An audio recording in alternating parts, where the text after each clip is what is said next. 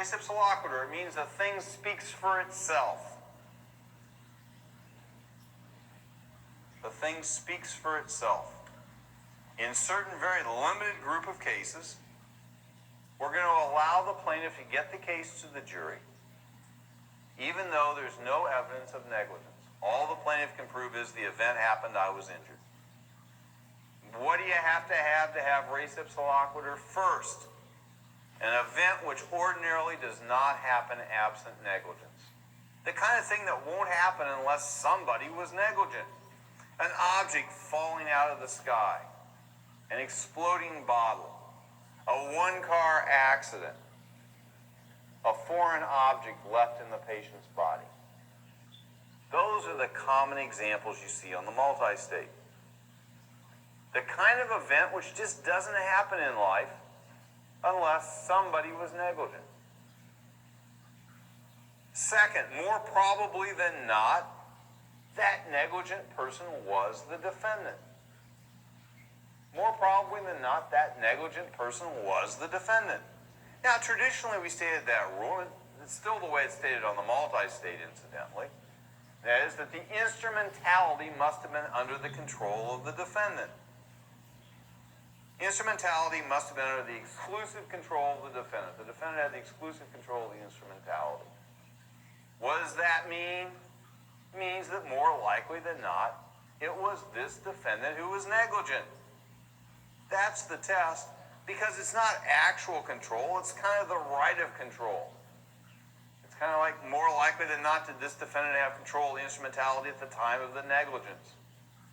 Do not get all wrapped up in whether or not the defendant had exclusive control of that bottle that exploded, and start asking yourself, well, wait a minute, you know, the defendant is the Coca-Cola bottling company, it left the bottling company, it was in the truck, and it went to the store, and it sat in the, no.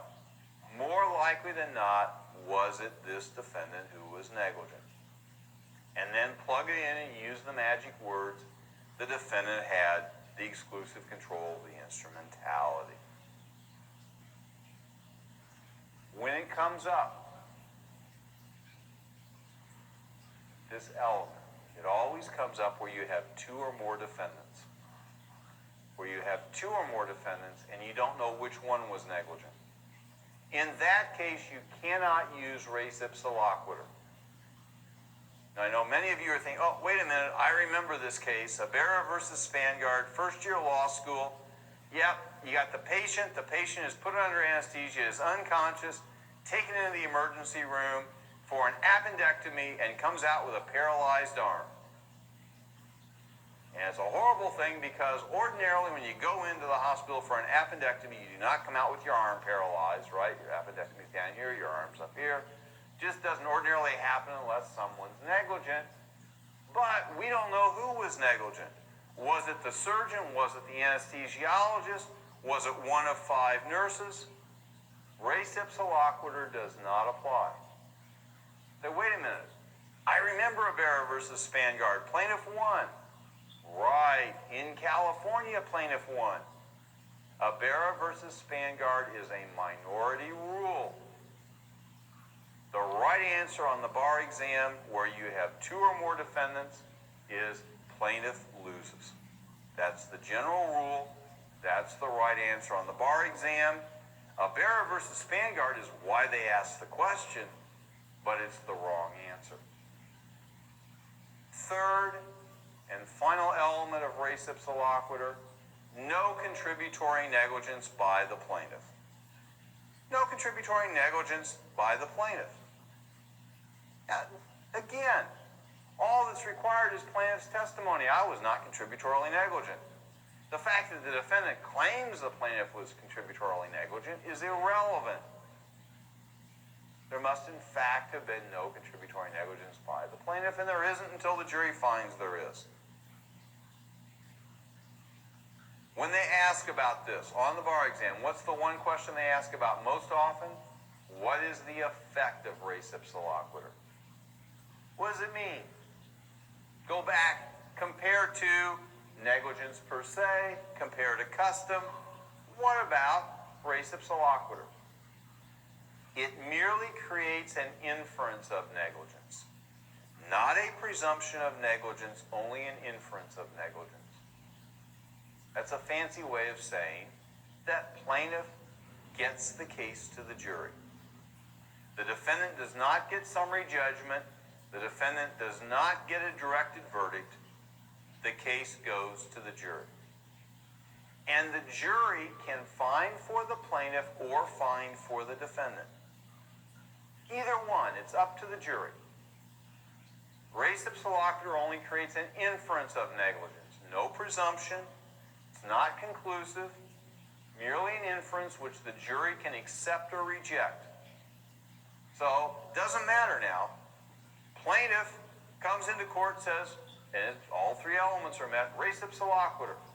Defendant says nothing, presents no evidence at all. Can the jury find for the defendant? Yes. Yes. The other side of the coin. Plaintiff comes in, all three elements are met, res ipsa loquitur, and defendant puts on 18, 25 witnesses, all to demonstrate that there was no negligence by the defendant. And the jury comes back with a verdict for the plaintiff. Can the jury do that? Yes. Res ipsa loquitur gets the case to the jury, and then the jury decides as it will. Creates an inference of negligence, not a presumption of negligence. Finally, and this is really important to remember. It's really important to remember if you have an essay. It's also important on the multi-state. Do not, everybody listen to me, do not use res ipsa loquitur if you have evidence of negligence. Res ipsa loquitur is a last resort doctrine that the plaintiff only uses when they have no evidence of negligence. You have the airplane that inexplicably crashes into the Pacific. The federal government does the investigation and they never can figure out why this plane crashes. Well, we know that ordinarily airplanes do not fall from the sky, objects do not fall from the sky unless somebody was negligent. The airplane, the instrumentality was under the exclusive control of the airline. More likely than not, it was the airline that was negligent. No contributory negligence by the plaintiff. The plaintiff was back there, watching the flight movie. Res ipsa loquitur, right? You're going to use res ipsa loquitur? If those are your facts, yes. But you have evidence that the pilot was in the airport lounge, had about 17 tequilas before the flight left, and they got the pilot on the airplane with the baggage. Now you're going to use res ipsa loquitur? No. You have evidence of negligence. The pilot was drunk. You don't need res ipsa loquitur. You don't use res ipsa loquitur. The only time you use res ipsa loquitur is when there is no other evidence of negligence.